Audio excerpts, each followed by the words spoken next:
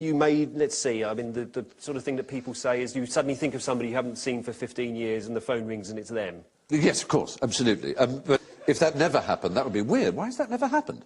I think about, probably without knowing it, I may think about 200 people every day. And if, over the course of a lifetime, it never happened that one of the people I'd thought about rang, that would be, God, that never happens. When I think about people, they never ring.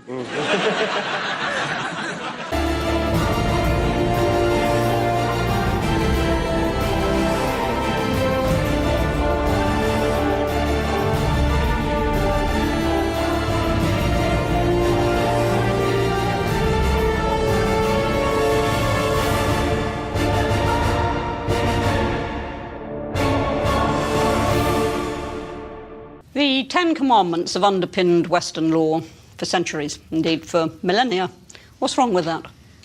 Well, what's wrong with it is it isn't true, of course. The fact is, anybody, Socrates, for example, Plato, his recorder, anybody who is interested in virtue, justice, truth, the right thing to do, is going to examine what is at the heart of good human behaviour. I'm lucky enough to have done, which I'm sure many people would love to, that BBC programme, Who Do You Think You Are, where you can at least go back to some extent in your roots. But again, the devilish part of me, although I'm very interested in the Fry family, and I was very interested in my mother's family, you know that old story about the invention of chess and how the emperor who had commissioned the best minds in the empire to come up with a game that was both fair, didn't give an advantage by luck, but also was complex. And this game inventor came up with chess, and the emperor said, "This is so brilliant, I'm going to give you any reward you want." And the inventor said, "Well, you see this board, it's 8 squares by 8 squares. If you could put a grain of rice on the first square, and put 2 on the next square, and then 4, and then 8, I'll take all the rice and that you fill the chessboard with." And the emperor thought, "Well, I got away with that easily, didn't I?" And of course he hadn't got halfway before it became apparent that this was more rice than there was in the world. And that is the power of exponential curves, of the arithmetical progression of numbers. And it's the same with us and parents. We have 2 parents and 4 grandparents, 8 great-grandparents, 16, 32, 64, 128, 256, no? 512, 1024, etc. Yeah, it soon becomes a gigantic number in a very short time, such that it is obvious we have, if you have any English blood in you at all, for example, choose England, then you must be directly descended from William II, if not from Henry III, a later one, because you have more ancestors going back then than the population of the country. So you must. There's no possibility that you aren't, even allowing for quite a lot of incest. And yet you meet someone who's called Bridgeworth, and they'll say, "Oh yes, there have been Bridgeworths in this part of Sussex for 200 years. And you say, well, 200 years, you have thousands of ancestors. And each one of them is as responsible for your existence as any other. The fact that we happen to live in a society that chooses the patronym, the one male that holds the surname, doesn't mean you're more related to them. If any one of those thousands didn't exist, you wouldn't exist." Now, this becomes important in a sort of xeno-philosophical way, in an ethical way. And in fact, going back to Cambridge, and E.M. Forster wrote a wonderful essay called On Jew Consciousness in the very early 30s, around the time of the ascension of Hitler and Nazism and the rather accepted face of anti-Semitism. He said, I'm not here in this essay, he said, I'm not going to argue about whether or not anti-Semitism is moral or immoral. I have my views on that, but let's just look at one side of it, about whether or not Jews are a stain and a bad thing. He said, let's take the best-known family in the world. He said, I would submit that is the House of Windsor. So let's look at the Prince of Wales, as he then was, the great Prince of Wales. David, became Edward VIII.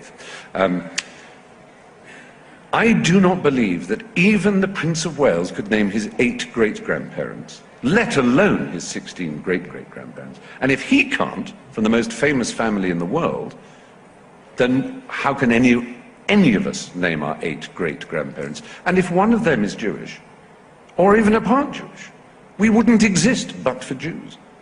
It is up to those who say, let's cleanse the race of Jews, first to prove that they aren't Jewish, and they won't be able to. The fact is we are so miscegenated. And that's really the point about genomes, is, you know, the idea, what do we base our identity on? This apparently is something that stays above your bed at night. Bad dreams are caught in this web, and that's basically what it does. It gets rid of your bad dreams. That's my understanding. Yes, I mean, ethnically, one would not wish to diss the particular North American tribes who use it, and that was part of their culture and so on. It's the awful, inappropriate ransacking of various ethnic artifacts from different cultures that you just, we'll grab a Red Indian dream catcher and we'll take something else from India and we'll take something else from somewhere else. So those the key word for me, I mean, my spleen isn't really big enough to explode with all the splenetic juices of fury that drive me when I consider this, but the real key word that triggers my rage is the word energy. When people start talking about it in terms of negative or positive types, it's a very negative energy here. Yes. What are you talking about? What do you mean? You know, I mean, let's think about, what does energy mean? Well, we know what it means. You know, energy from petrol, when it's burnt, it moves a car and makes it moves like this. And this room has positive energy. Well, where the f*** is it going then? I mean, you know, it's not moving. You know, it's covering up such woolly thinking, such pathetic nonsense. I mean, the whole astrology, I mean, there's a...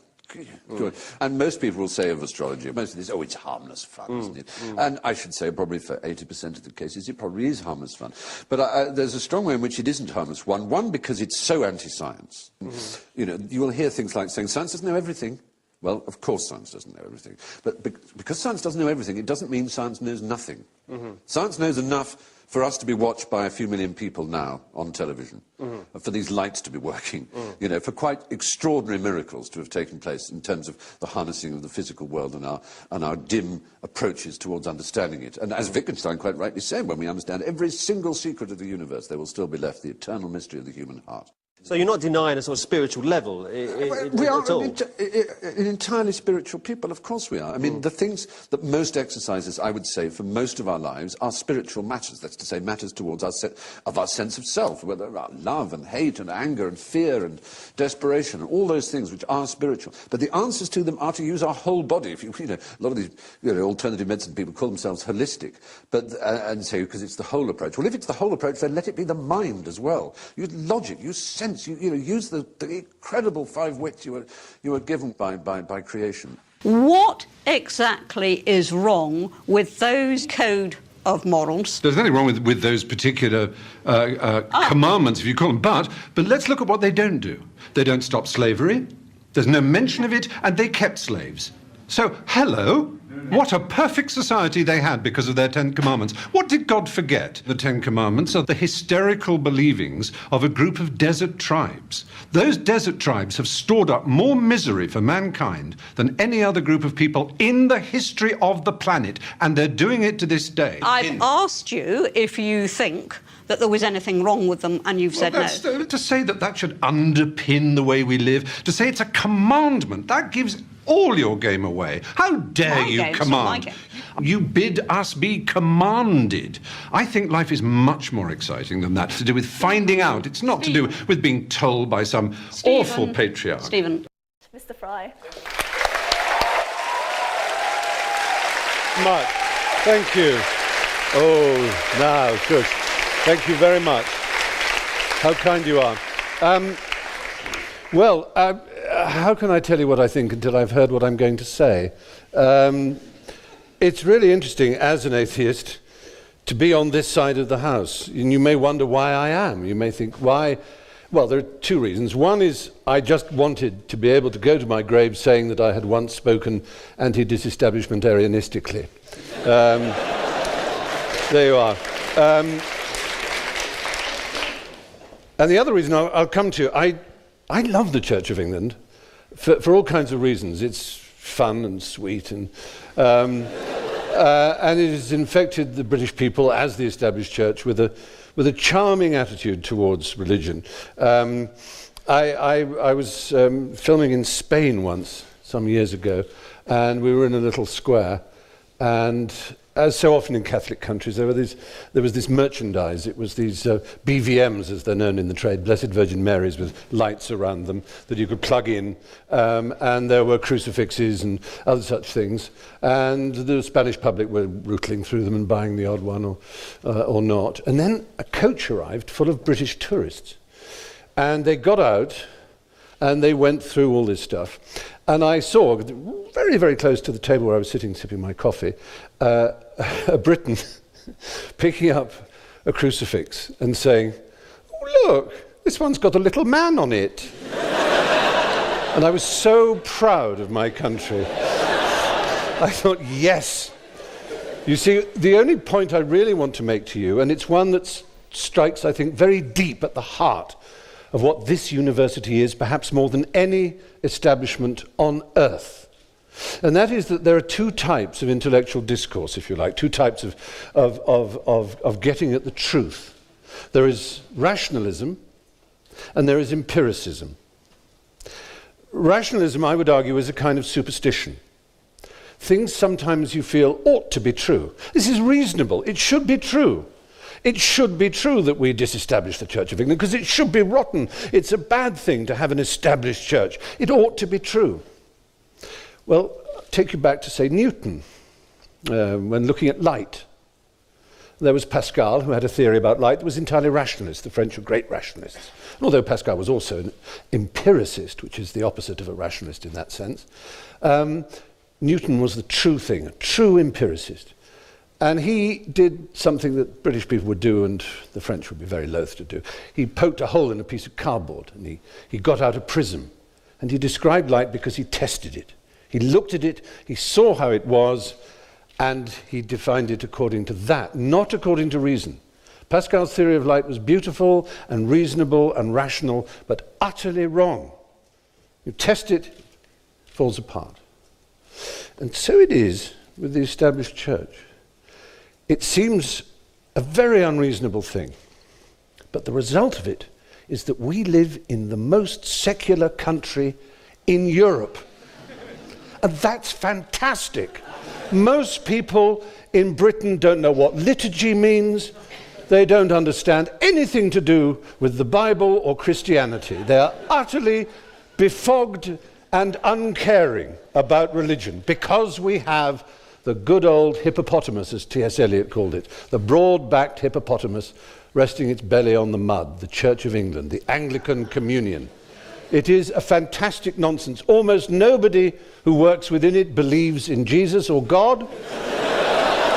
And the result is this is spread out across the nation.